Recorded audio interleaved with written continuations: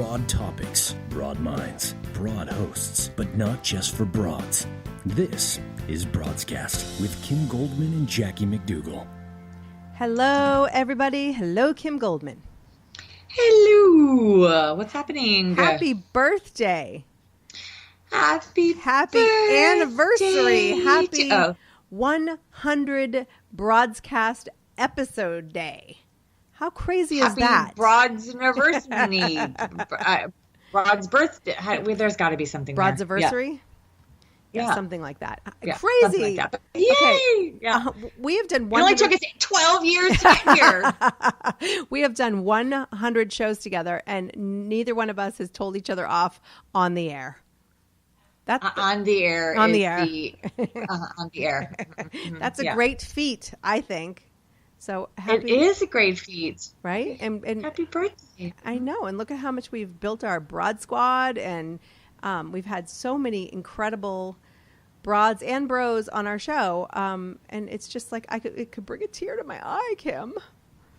So excited! Yeah, but no, I'm just gonna numb it out with some wine in celebration. Okay. I'm toasting. Cheers to you, Jackie McDougall, and all of our faithful listeners and our Broad Squad and all the people that have helped us and mentored us and took all of our crazy phone calls and so thank you. Yeah, and those people who have stepped up for us. Like our voiceover guy, Andrew Bowen, and our photographer, Renee Bowen, and we've had PAs and interns and all these people who have made such a huge impact on our show. So what would you say, not to put you on the spot or anything, like, do you have any favorites? No. Do you have any, jeez. I think my favorite was when I had guest host Nikki Boyer. I'm kidding. I wish I had a rim shot there. No, that was you. You liked that show. I mean, that was a good show. I think because you weren't there. No, I'm kidding.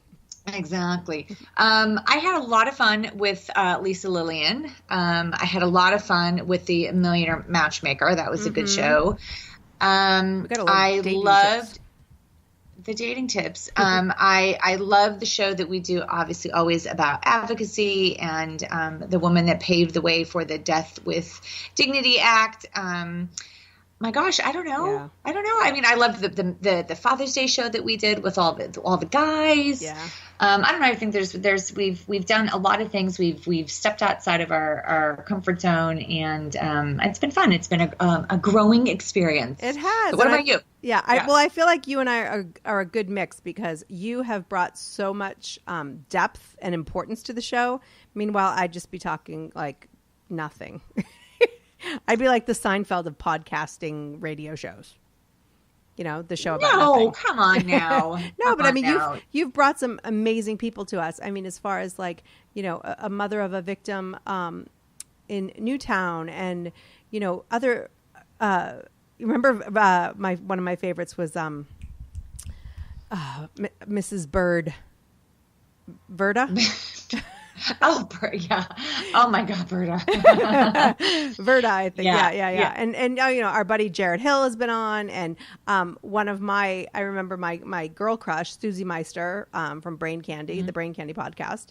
And we've also had a lot of friends on. You've had Craig Shoemaker, who you're pals with, and a lot of comedians, don't you think?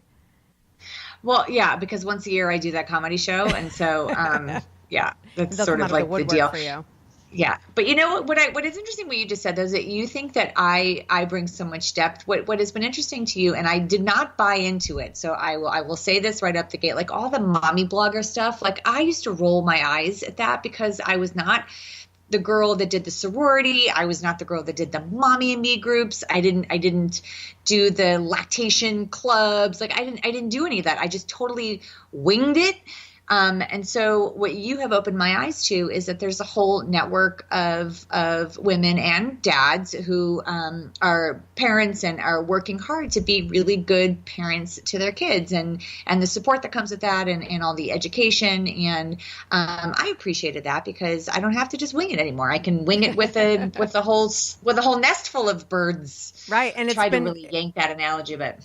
And it's been really cool to like watch those people they may have started as like mommy and daddy bloggers, but they're these huge influencers, not only online, but like, in really important causes, and they've been able to use their platforms in really important ways. Right. And so it's been awesome to bring them on to talk about that. So we also, and you're really trying to get me all touchy feely with my vision boards and all that stuff. That one might take me a little bit longer, but I am opening up my inner senses to those kinds of things. So thank you for all of that. Well, and thank you, Kim Goldman. It's like the Mutual Admiration Society today. So I love you, man. I love you. But the one thing that we have been doing consistently is Broad Topics. And now, Broad Topics. Thank you, Andrew Bowen. So what kind of broad topics do we have today on our 100th show, Kim Goldman? Oh my God. So interesting happening? So people are losing it over NASA. People are losing it because NASA, like, they totally up and went and changed all of our zodiac signs. So there's like a 13th something out in the universe. There's 13 constellations in the zodiac, not 12. And I guess they just sort of left it out. It's called the what is it? It's called Ophiuchus. I can't even say it. Ophiuchus. So the Babylonians, this is from an article I read, the Babylonians discovered it, but had settled on a 12-month calendar by the time they'd found the 13th constellation. So they just left it out. And now they're messing with us. Like, why bring it up now? That sounds like me and when I used to do homework. I'd be like, just leave it. Well, here's the thing, though. There's two things. Number one, if this is actually true, that makes me upset. And I'm one of those dorks. Like, you're a Capricorn, right? I'm a Capricorn, yeah. And what are you? I'm an Aries. Haven't you identified as your sign at all? I mean, you're not like me. I'm all frou-frou and you're all logical. So being a Capricorn, does that mean anything to you? I think that for my debut on Crime Watch Daily, right, I interviewed Satora Yousefi, and she's the ex-wife of the Orlando Pulse shooter.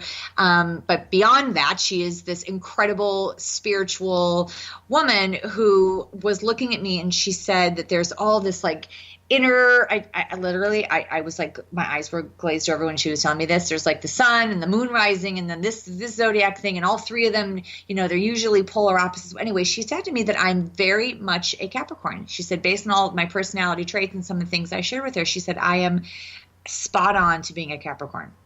So I do believe in it. I agree with her because, my husband's also a Capricorn. You guys are very similar, with all the... Really? Yeah, because, with all the what? With all the realistic, logical way of processing, taking a minute, like not letting your emotions kind of be the dictator of how your decision making. You just, it's a good thing, because when you have me, and this, I mean, we've been working together for 5 years now. That for me, I'm like, oh my gosh, I have a gut feeling. I'm going with it, and then later I'm like, oh. That would have been good to know. It's right. like, and you slow me down. I like that in a good way. So what do you think? I mean, what do you think people are going to do? Yeah. Well, first of all, I'm an Aries. I don't care what you call me. You can call me like a monkey, but I am not changing it. I am an Aries through and through. Like, I identify with it. I'm same thing with being a left-hander. I'm like a left-handed, blue-eyed, red-haired Aries girl. Like, I mean, it's all very unique. I just like it. And so I definitely identify with it. And so telling me I'm a Pisces now is BS. Well, which way does it go? Do you go to the sign before or after? So what was, am I a Sagittarius then? Yeah, that would make you a Sagittarius. So I go backwards. Correct. Oh. But I will say that there's a post on sciencealert.com, which I cannot confirm. It's the first time you ever went to that website, right? Yeah. I'm not a regular subscriber to the Science Alert, but they're like saying, "Oh yeah, if you got an email from a friend wondering why NASA is telling them they're no longer a Scorpio, they're an Ophiuchus." You can't do it either. You're probably not the only one. So it's the news spread that NASA had decided to update the astrological signs for the first time in 2,000 years.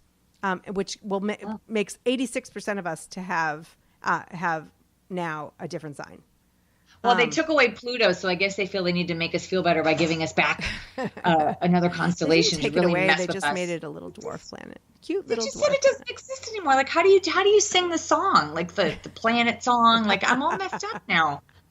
That's hilarious. Oh God. So this is the actual, information from ScienceAlert.com. There's we want to be actual. Sorry. Okay.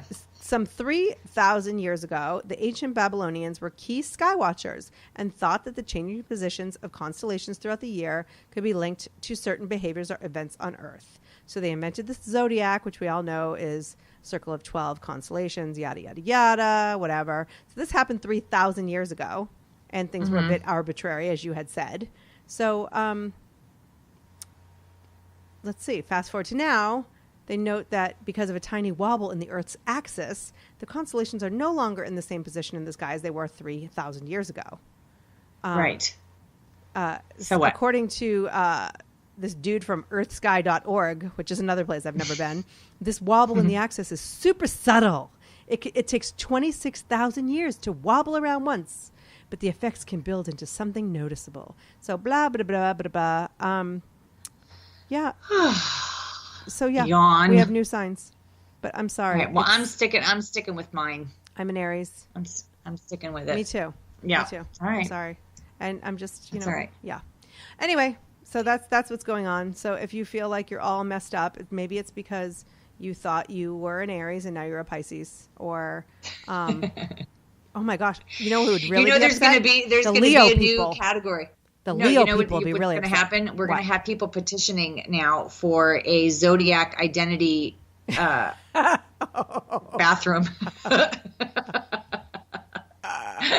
They're going to make us change. I'm Pisces, but I identify as Aries. All right, now we can't make light of that. Come on, Kim. Come on. Yes, we can. This is Broadscast. This is totally Broadscast. Okay, so what else is going on? Hey, so if you haven't lived under a rock, apparently Brad and Angelina are no longer. What? Yeah, which was actually surprising. Really? A little bit. Although I have questions that have absolutely nothing to do with me, and then I have one question for myself is like, why do you care? But right. They've been together so long, and with all those kids, like, now you're figuring it out. I mean, you just got married a couple years ago, and they had been together for 10, 12 years. So, right.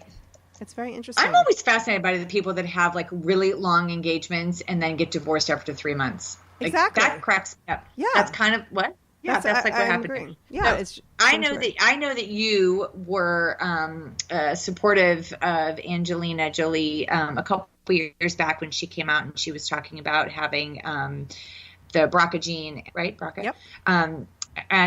But I personally find her to be so boring. I really do. And I know that is a complete judgment because I've never met the woman, but she just is so boring to me. So oh, hi, that's my puppies. Sorry. Yeah, they agree with me. But I don't know. I mean, who knows? And it's not our place to get in the middle of it. And I don't really care either. But did you see the New York Post? They put a picture up of Jennifer Aniston with like this guffaw. You can see her like mid, like deep laugh. And that was the cover of the New York Post. Oh my God. I thought that she cannot cut a break. You know what I mean? It's like, how many years ago did that all happen? And, these two people are ending a marriage. Their family, is splitting up or whatever's going to happen. And they're going back to like, Rachel Green on Friends time. You know what I mean? It was like, it's just so funny because I've seen so many memes out there about Jennifer Aniston reacting to this, So, well, there's some report that we don't obviously know if it's true, but she was quote or a source close to her, said that's karma. But who knows? Who cares? I don't know. But there was a whole thing with Chelsea Handler, who was like her gal pal, and she had a pretty risque conversation on her show that no wonder because Brad Pitt married an effing, can I say that effing?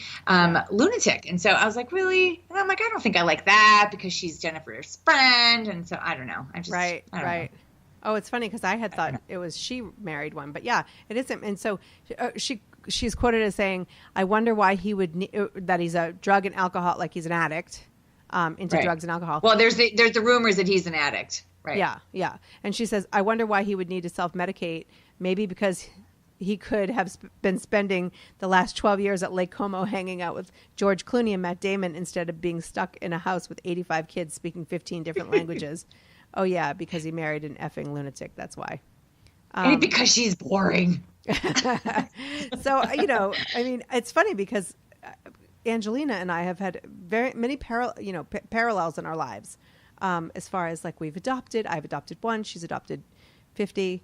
But also, we both have that BRCA gene and we both had a double mastectomy and preventative, for preventative purposes. And so, she may not be the most exciting, but I have found her to go from, vials of blood with Billy Bob Thornton to having a little bit more substance, it seemed, over the years. And so, yeah. Oh my God. Do you remember, I think this was before social media, when she walked the red carpet with her brother and they like made out? Do you remember that? I do. Like, they were so creepy. Could you imagine if that happened now? Maybe she's leaving Brad Pitt for him. Maybe they reconciled their relationship. Oh my gosh, that's crazy. We're going off the rails here. We are going off the rails. Ms. Goldman, we have to take a short break. So, okay. People, stay with us. We'll be right back. Subscribe to Broadscast on iTunes. Well, thank you, voiceover guy. And as he said, you should subscribe to Broadscast on iTunes.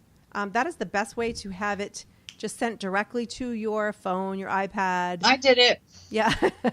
Well, thank you, Kim. Yeah. But it's funny because when I walk the dogs, I'll listen to other podcasts and get my audiobook on, stuff like that. Like, I like to listen to podcasts when I'm driving to get the kids at school, and just it makes me feel like I'm connected to the world a little bit, so I don't do that. You don't? I know. What do you do? I don't. I know. You know what, I rock out in the car. That's my time to just lose myself in the car, and I sing and I dance and I make a complete butt out of myself in the car, and that's just my time that I just kind of check out, and I don't have to think, and I'm usually alone during the day in my car, so that's my escape. So I don't, I don't like voices in my head, to be honest with you. Other than the ones that are already there. Yeah. Well, when I don't know if I ever told you this, but when I was in college, I worked, my internship when I was a psych major was to work at an acute care psychiatric hospital. And we were 3 days, we were a lockdown facility. And so we had like these really severe psychotic and mentally ill patients. And I would leave there and go home, and then I would hear things. And I was living with my boyfriend at the time, and I would always ask him, did you hear that? Because I wasn't sure if I was hearing things, because I started to like take on the psychosis of my patients. So the least amount of voices in my head I can maintain, it makes me feel happy and sane. So I really try to reduce. Way to convince people to get our podcast. Yes, but we're fun. We're not psychotic. So. We are crazy voices in your head. We have to admit it. Okay, so let's talk a little bit about the new fall season. TV is back. TV is back. Oh, where's my little sound effect? Okay, hold on. Where's my little cheer? There it is. TV. New episodes are back, people. That's very, very exciting. So are you? A long break, I feel like. Yeah. Well, I found some shows over the summer that really made me happy, like Unreal on Lifetime. Yeah. Mm-hmm. I think we discussed that before. It's kind of a spoof of The Bachelor, but it's a drama, and it's scripted, and so it's you feel like you're behind the scenes of a show like The Bachelor. Were you just telling me about this, or did somebody else? Were we just talking about this? Because somebody else was just bragging about how great that show was. Oh, I love it so much. It's so dark and so funny and so quirky. It's and Constance Zimmer is amazing. Oh, I like her. Yeah. She's fantastic. So that's something to look for. Yeah, I got hooked over the summer. I've talked about it before, that Grace and Frankie show. I got hooked on Stranger Things. People love that. Is that like is that scary? Is that the point? No, no. It's freaky. I mean, I'm not usually a sci-fi kind of girl, but it was set in the 80s, which is kind of fun because there were so many little nuances and stuff that I remember growing up, and so that was kind of fun. But I don't think it wasn't scary. It was just there were moments where Sam and I would watch it and we'd jump a little bit, but it was just kind of a trip. I mean, it kept you guessing, and I couldn't wait to watch the next one. And I learned that my son is not a binge watcher kind of a kid. So I had to wait. I feel like those married couples that have to like try to sneak shows. I know you, Jeff, yeah. Yeah. He would rather I take a lover than to watch Scandal without him. So, yeah. Yeah. I think that my son would probably rather me do that too. But, I think that came out really weird, but my son really wants me to have a date. So that's my point there. But yeah, he didn't like to binge watch. So I had to wait, which was kind of fun to have that anticipation, but it was a fun show. It was a good show, and I'm happy. Appointment TV like it used to be. But it's funny because over the summer, your kid and my kids like would hear us every single time we saw a promo for This Is Us. Like you or I would like sigh and go, "Oh, I can't wait to see that." Yeah. And I think it was like, I've missed my lover Parenthood, the show Parenthood. I mean, it was just, I felt like that was such a huge loss when it went off the air. And so we're grasping here. We're grasping. Yeah. Yeah. I am. I'm super happy. Right now on television, and I this is not a negative thing, but there's a lot of like the same thing on each show, like the medical stuff, the legal stuff, the crime. And, it's like they just keep regurgitating the same thing. And I watched them all, but I was ready to have something that was like gut wrenching and which is it's like I'm a glutton for punishment. So I know, but I love those shows because I watch them by myself with, a glass of wine and a box of tissues. And I don't know. It's because like we are so forced to be strong, right? And forced to get so much done as moms and working moms and entrepreneurs and now you with your new gig on TV, like there's just so much pressure and so much rush that it's so nice to just sit down and be a girl. Yeah. So I'm not going to do any spoiler alerts, but I did watch the first episode. If they haven't watched it by now, then that's their fault. I know. So all I'm going to say is I tweeted this that I was crying in the first 4 minutes, and then I was doing the ugly cry by the end of the show. You were? So that is a good. I was. Mm-hmm. Wow, I didn't cry. And the music is fantastic. You didn't cry? No, I didn't cry. I think I was so. It's funny. I was so guarded. Because I was so afraid of like falling in love again. You didn't want to trust it. Yeah. I know, first date. Parenthood already hurt me, and before that, Brothers and Sisters. Like, I'm not ready to commit, So. Okay, well, we're going to have to talk about it off the air because I'm sorry, surprised. again, it's almost a week later. Like, I think that we, if you have not watched it yet and you want to watch it, go ahead and pause and come back to us because I think we should talk about him. Okay, so how did you not cry when the doctor, he's such a great actor, and I'm totally forgetting his name right now. Gerald McRaney, isn't that really? That his name? Is that his name? Yeah, I don't know. He's been on so many shows, but he was the doctor that Designing Women. Thank you. That's the show. Yeah, but it's Gerald McRaney. He's actually married to Delta Burke, I think. Yeah, he is. Yeah. Oh. Crazy. What up, Gerald? Okay, so how could you not like shed a tear when he was talking to the dad in the hospital about like his wife and losing his first baby and like saving 50, for 50. I mean, I was just so moved in how they wrapped it all up at the end. Like that was so amazing. I did not see that coming at all. I mean, that was like, whoa. It took me a second. I'm like, wait, why is that dude smoking in the hospital? Like, you're not allowed to do that. I actually was thinking the same thing. I'm like, why is no one upset about that? But it took me a while to understand that they were going back in time because you didn't notice that those people were. You didn't know it till the end. Yeah. No, you didn't know it till the end. But he really got me when in the hospital when she came in to have her baby and her regular doctor wasn't going to be there and like how he. Yes. He just kind of like took it into his own hands. And he said, I know I'm a stranger and I'm here for the most important moment of your life. I was a mess right there. I was like, oh my God, totally. And Mandy Moore, I love that Mandy Moore is there. and that she's But wait, in the show. does she not come back now though? Like, how does that? How are they? I Are don't they going know. to keep having flashbacks? I don't know. They were so cute, that little. And okay, but let's just go back. Like the opening scene was a butt. What do you Just mean? like a naked tush. Yeah, the very first shot of the show, I believe. Hot.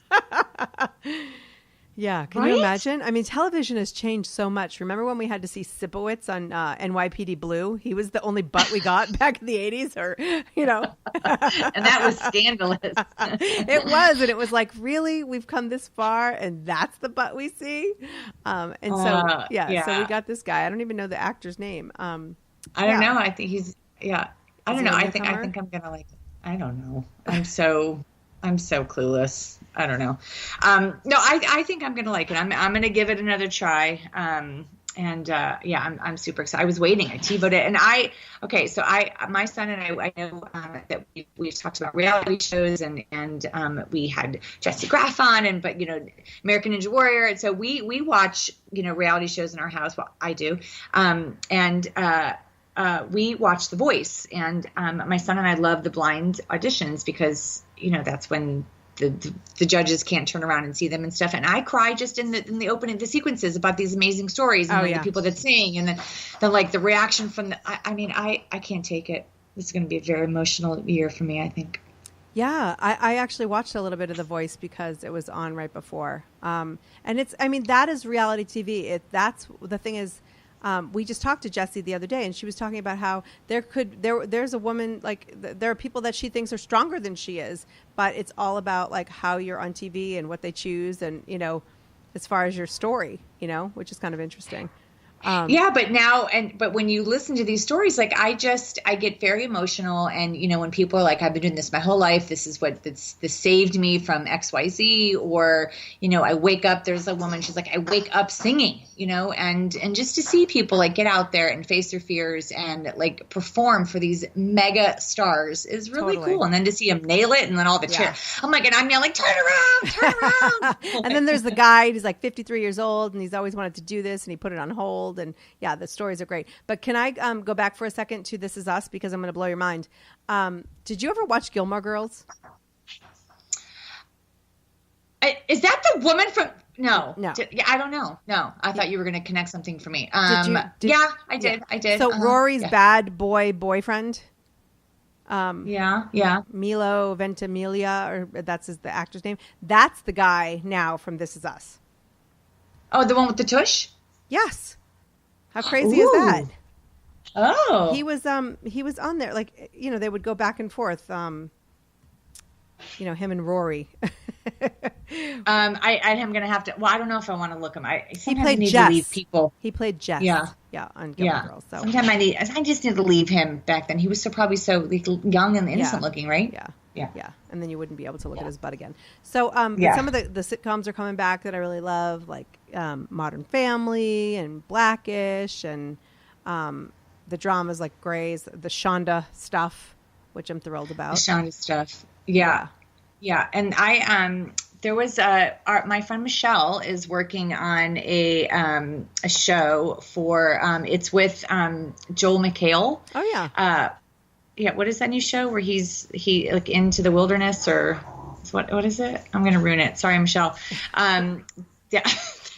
She that's been getting rave reviews, and so I'm excited to watch it. He's a wilderness guy, and he runs a magazine, and he's been off like in the wilderness, and he comes back to his magazine, and he's been told that there's no more money to do a print magazine, and everything's going online, and so it's all the millennials doing all the social media, and like how he's this older guy trying to communicate with these young 20-somethings, and I don't know, she raves about it, and it's getting some pretty good reviews, so hopefully that's a good show. Congratulations. I want her to be able to make her mortgage payment, so hope that stays on the air. That would be good. Is it called The Great Outdoors? Yes. Thank good for Google. Mm-hmm. I'm so quick with the Google. Oh, the other one I'm really wanting to see is with Kristen Bell, where she's actually I watched it. I didn't like it. Oh, really? I didn't like it. It was just the trailer. Don't give up yet. No, I was bored. And okay, so I don't typically like laugh tracks, but this show is a comedy, and so without like some of the laugh tracks, the jokes fell flat for me. Like it just didn't. And I really like her. Was it a sitcom or was it like an hour show? I don't even know. I was It wasn't bored. your thing. Okay. It wasn't, and I love her. I think she's great. But I don't like it. She does no wrong, in my opinion. And The Simpsons is back for like season 5,426. Hey, we have something to aspire to. Yeah, they hit their 100th episode in the first season. Probably for us, not so much. I didn't realize this was going to be like a whole show about television shows. But do you have Showtime? I do not. Okay, so I'm subscribed to Showtime and HBO, and I watch Masters of Sex, and it's the show that's about Masters and Johnson, and there's sex study, and I don't know how much of it is actually legit, but that show's pretty hot and sexy, and that show's back on the air, which I love because it's moved away from a lot of the sexual stuff, and it's moved into like relationships and women, coming of age and like, Hugh Hefner was in the last episode, and like just really about women having to like, fight to get to the front of the line and have to prove themselves. And it's kind of cool because it's set like back in the 70s, or maybe even the 60s. The 60s, I think. So I don't know. It's kind of a fun show. There's lots of good references to history in that. And so, I like all the sexy shows. What's that about? Look at you with the fancy subscriptions to pay TV. Because if you cancel one channel, you cancel 50. So I'm kind of stuck. They convince you that you have to have the package to save money. Yeah, well, and sometimes you do, but you know what? I happen to like a lot of the cable stuff. I did not watch the Emmys this year, but it turns out I heard that a lot of shows that were on cable and not on mainstream channels were all the Emmy winners. So, with the exception of one particular show that I guess won a lot. This weird show that I've heard about. But I happen to like a lot of stuff on HBO and Showtime. So I did get hooked and I'm sucked in. So now I can't cancel. Yeah. It used to be the 3 networks and that was all you would ever see. And now you can have shows that are so hugely successful and Emmy winners that you have like, you've never seen before, Yeah. Yeah. So what did you think? You didn't watch the Emmys. So I can't. That's okay. What? I was going to say, Patton Oswalt actually had won an Emmy, and he lost his wife this past year. She died suddenly, and it was just like my husband and I don't know what it is. Like when you want to see what is that about us? Like we just wanted to see what he had to say about his wife. Like it was just we just want. I don't know. It's like we want in life. We want to feel. So we kind of lean forward in our seats and we're ready. And all of a sudden, at the exact time he starts to say it, our TV froze. Oh, yeah. And like froze, not like, and then it started again, like froze that it just was frozen that we had to turn it off and turn it back on. So then we're like, we missed it. Yeah. So we actually watched, because it was on at 5:00 West Coast time. We watched it again when it came on at 8:00, just so we could find out what he said. And come to find out, it was very quick, and it wasn't very emotional. I mean, it was lovely, but it was just so interesting that was the exact. What did he win an Emmy for? A guest spot on something. Oh, yeah. Oh, so, but I mean, he's been in so many things. It's like, he's probably deserved one in the past. But I think, that's just something. Yeah. Yeah. So yeah, I did not watch. I've seen snippets because it's hard not to. I love, I've always been a huge fan of Jimmy Kimmel. So I watched the opening, which is very clever. I could have done without the very first few seconds of it, but, his opening was good. And Jeb showing up, oh my gosh, Jeb Bush.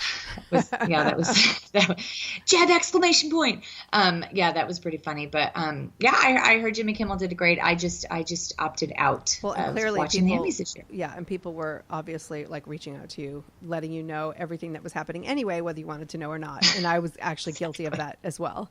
So, so the elephant in the room is that the FX series. I don't even know the name of it anymore. It was the true crime.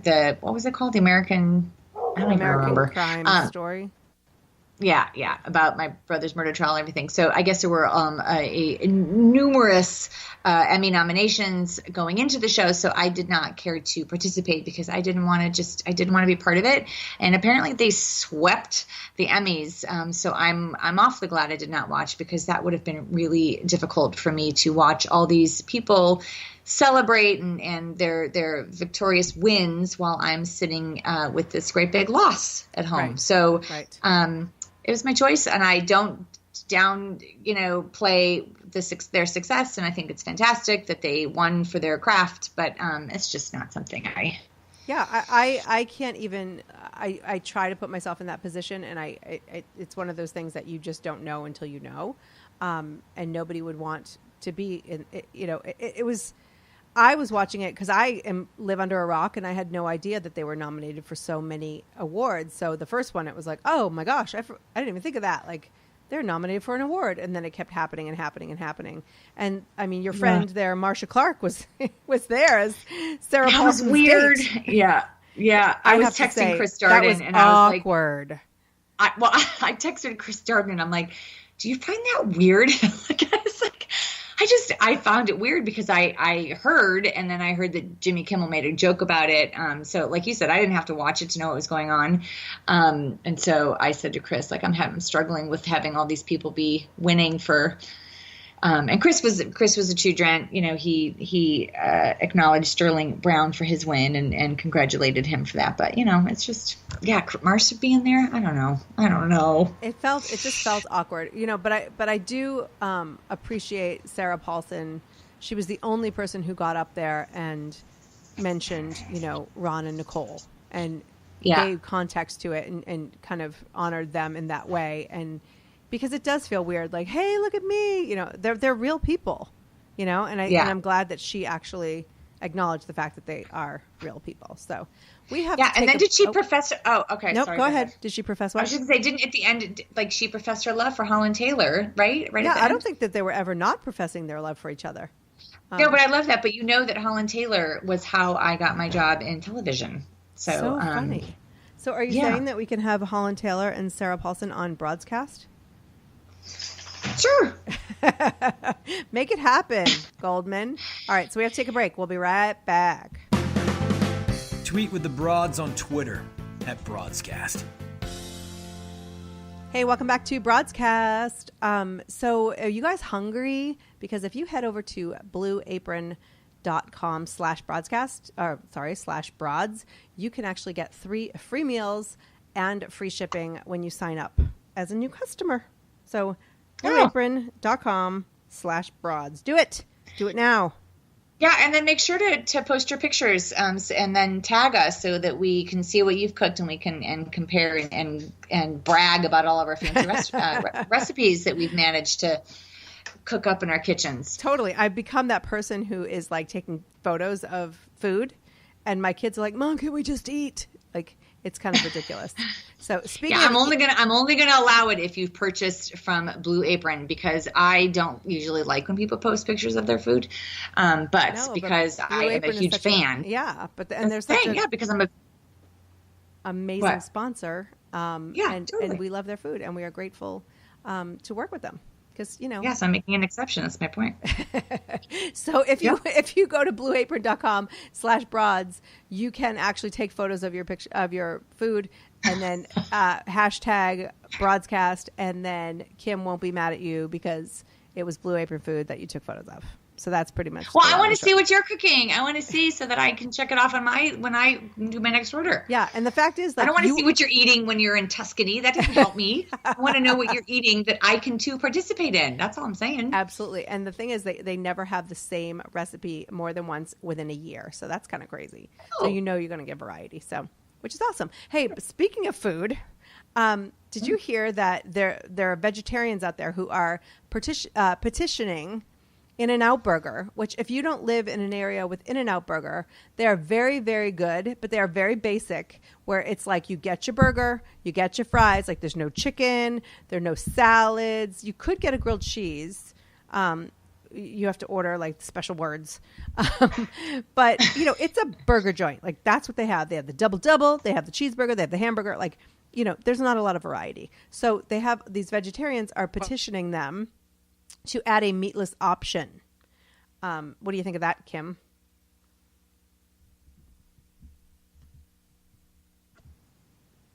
Okay. What do you think of that, Kim? I think it's hilarious. I mean, it's called In-N-Out Burger. And I just feel like not everybody has to get it. I think I said something online about it. Like this is a symptom of the everyone gets a trophy syndrome. Like go somewhere else if you want something vegetarian. Just leave that menu alone. Like you said, it's very basic. It's very simple. They make grilled cheese sandwiches. That's vegetarian. Just like give me a break. Enough already. Enough. Yeah, so it's funny because we put it on Facebook and Tracy said, utterly absurd.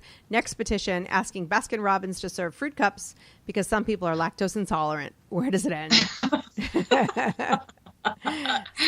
it's hilarious. And that's the thing is you would never go to a vegetarian or vegan restaurant and expect a burger, Oh, I bet you somebody would, because that is the culture we are in right now. Everybody needs to have their own thing. Like it's exhausting. I mean, we are all so entitled that like it's kind of embarrassing, to be honest with you. Like I'm like, ugh. Yeah, I'm not a fan. It's like, everywhere I go in the world does not cater to me, so I'm going to sign a petition so that you do. And then I'm going to sue for vegetarianism discrimination or whatever. I mean, it's really, I mean, that's what I'm saying. It's kind of sad that we can't just go somewhere else. Like, not everything has to be equal. Not everything has to be the same level playing ground across the board. Like, that's why there's options and choice and, there's unique opportunities for unique people. Like, we don't all have to be the same everywhere we go. Like, what happened? I thought we were individuals and like, go find your own vegetarian stand and let the burger. And I don't even eat meat, so I'm the vegetarian. So when I go to In-N-Out Burger, a vegetarian. Well, I don't eat meat. I don't eat burgers. Yeah. So when I go to In-N-Out Burger because my son loves it, I eat French fries.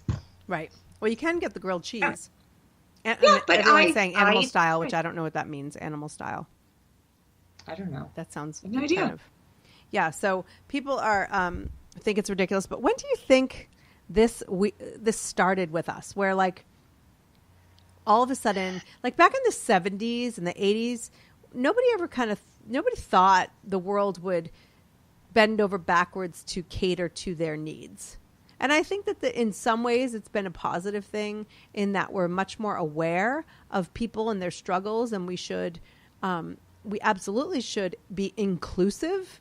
However, when we have like somebody's taking their time out from all the things happening in the world, and this is what they want to focus on, it's getting vegetarian options at In-N-Out, it makes me scratch my head a little bit.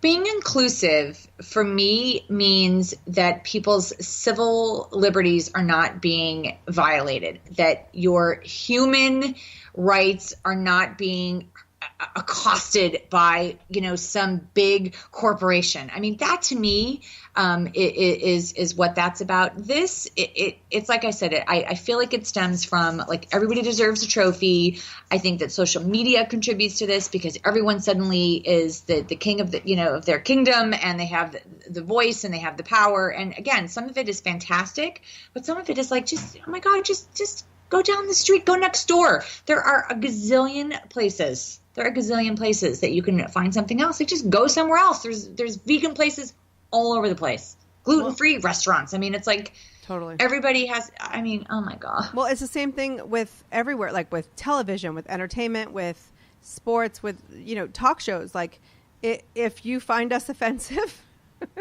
you'll either love it or you don't. But like, you have a choice every single day when you spend your money or spend your time with some of these establishments or brands, So like it's like someone going into a car dealership and saying, my favorite color is yellow.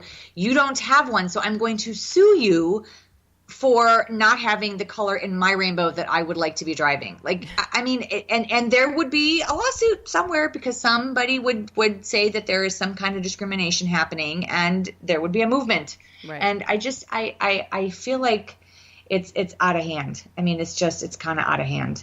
And I'm But I don't know. because we don't necessarily want to go back to where we were, but how do we get to a better place where it's not so ridiculous? For me, it's not participating in it, and it's kind of laughing it off. And if there's room for it, knock yourself out. But I feel like it sets such a horrible precedent. And it's my responsibility to have conversations with people to kind of show the other side of those discussions like we do on Broadscast, for me to talk to my son about it. There was and I was going to try to look it up fast. There was a woman in, I want to say Ohio, and I could be wrong, so I'll fix it, who quit her job as the lunch lady because her school district changed the policy that if there is children that have more than $25 owed in their food accounts, that they cannot get hot lunch. And so there was all this uproar because how dare the school district leave this kid hungry? Well, the truth of the matter is that the kid was offered a cold lunch. He was offered a sandwich and an apple or whatever it is. And this woman quit her job over it. And my son, after he read an article off of Washington Post, I was totally impressed. And when we were done, I said, well, what do you think about that article? And he says, well, I like what she did because she didn't want that kid to go hungry. And I said, but did the kid go hungry? And he went back and he said, oh, the kid got a cheese sandwich. And I said, yeah, the kid was fed. He just didn't have a hot meal. And so people are up in arms that the school district would enforce this policy, let alone the fact that there are thousands and thousands of dollars owed to the school district or families that don't pay for food.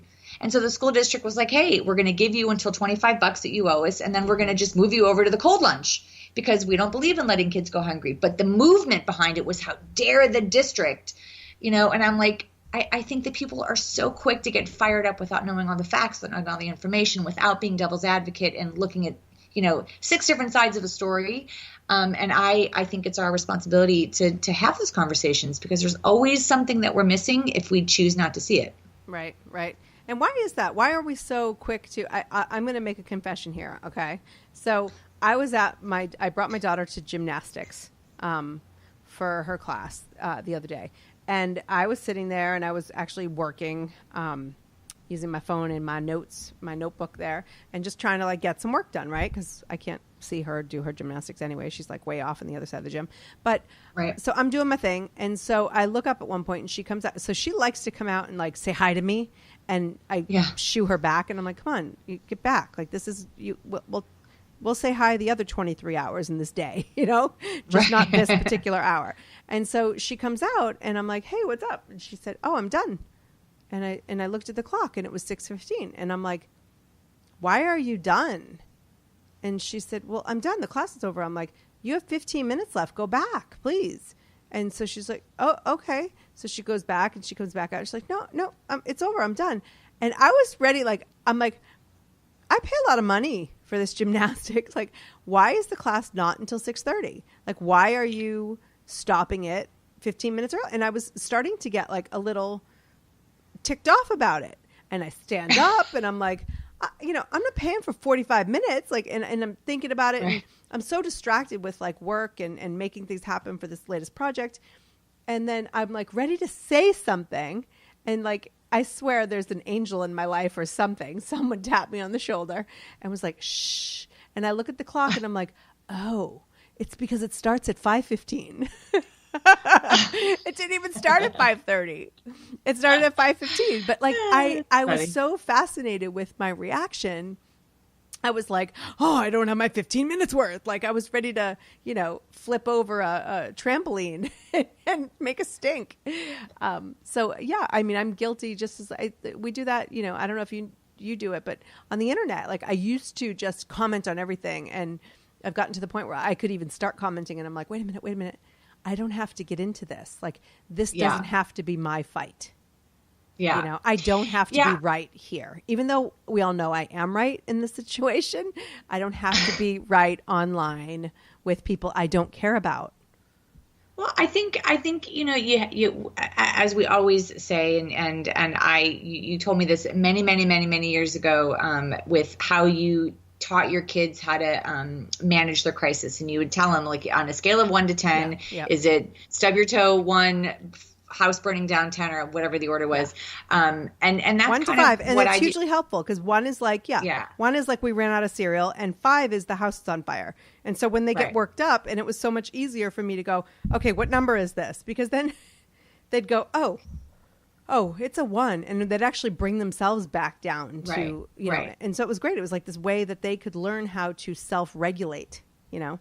Right. And I think that we need to practice that a little bit more as adults because, you know, most people are so quick to like fire off a nasty text or a nasty email. And, you know, we're so responsive because it was so easy. Whereas before, you know, when we had to leave messages, you know, by the time the ring, ding, ding, and then the voicemail, then you've sort of like lost it a little bit and you can't really like hang up, you know, like slam the phone down. I mean, you know, there were opportunities. I mean, you know, write letters. And so by the time the snail mail went, you know, I mean, so I think that we are a society now that is so quick to react because we have the medium in front of us to do that.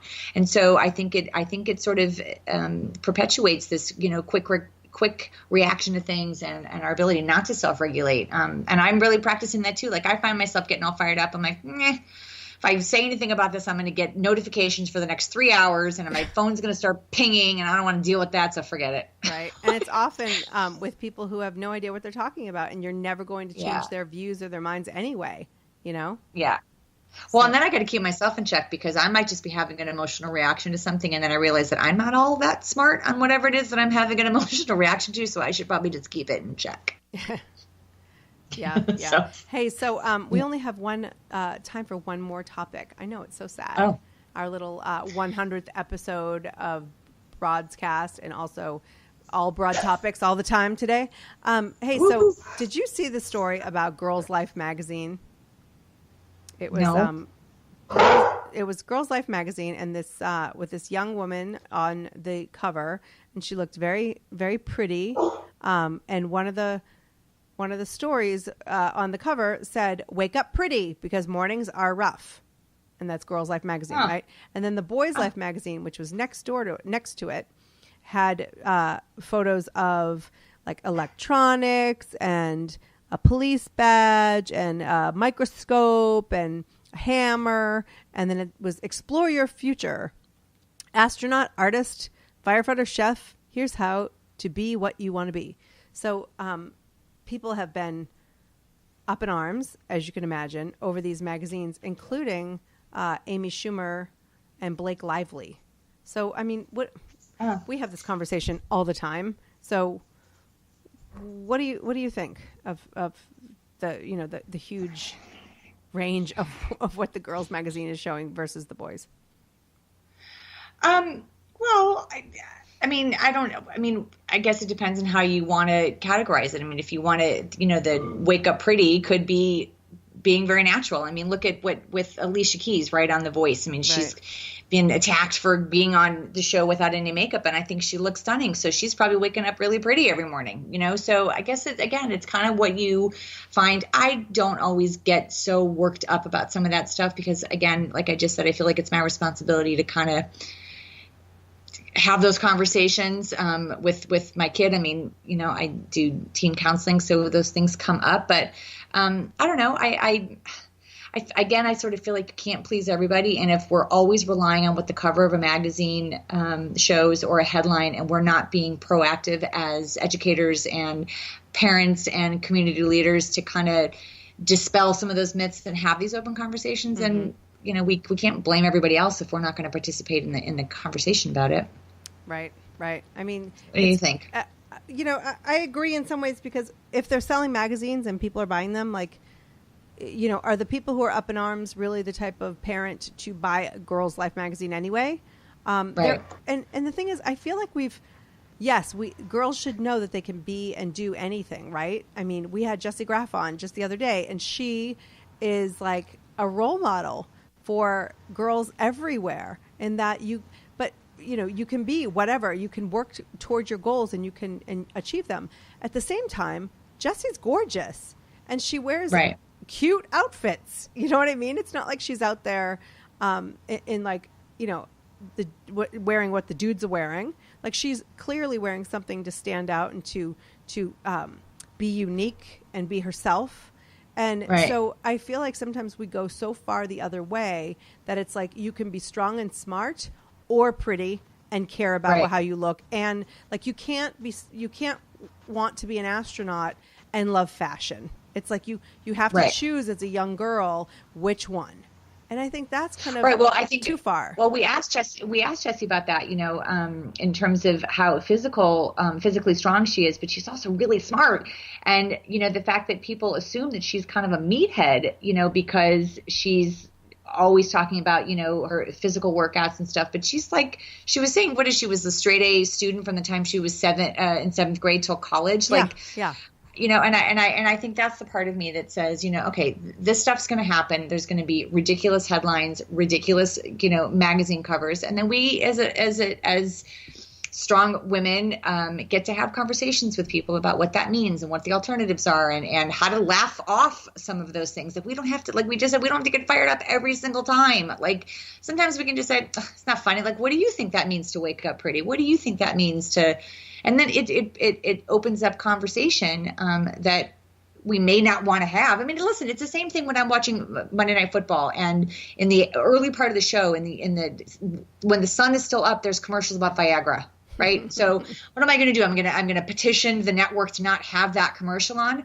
I'm going to have a conversation with my kid about what it is. Like I have a choice, right. And am I sitting there going, oh, great, I did not want to have a conversation about Viagra tonight, but so what? I get an opportunity. Yeah. It's and an the thing opportunity. is, I in some ways, I think the magazines are the least of our worries. When I'm around, sitting in the gymnastics waiting area or, at school or whatever it is, I heard one mom the other day who said to her daughter, like, yes, you are pretty. Your hair's getting longer. And it was like, it just like, are those two connected? And yes, you know what? Long hair can be gorgeous. Like, I'm not against that. And I'm also not naive that I'm going to say, oh, being pretty is only about, like, my daughter, she knows when somebody tells her she's beautiful, I say, well, what makes you beautiful? And she says, my heart. And it's so right. sweet. And it's so, but at the same time, I do tell her she's cute. And especially, and I tell her she's strong and I tell her she's smart. But, I don't think we need to send the message to our kids that they have to wear a certain thing or have a certain length of hair or whatever it is to be pretty.